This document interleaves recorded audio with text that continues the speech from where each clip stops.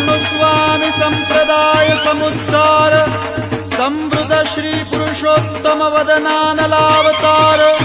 सर्वाम्नाय संचार वैष्णवाम्नाय प्राचुर्य प्रकार श्री बिल्व मंगलाचार्य सांप्रदायिकार्पित साम्राज्यासन अखंड भूमंडलाचार्य चक्रचूडामणि विद्यावाचस्पति दश दिगंत विजयी श्री भागवत प्रतिपद मणिवर भावांशु भूषिता मूर्ति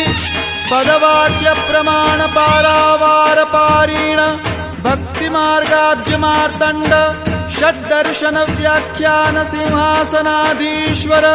श्रीराजाधिराज शुद्धाद्वैत पुष्टि मार्ग प्रवर्तक आचार्य वर्य जगद्गुरु श्रीमद्वल्लभाचार्य महाप्रभु विजयतेतराम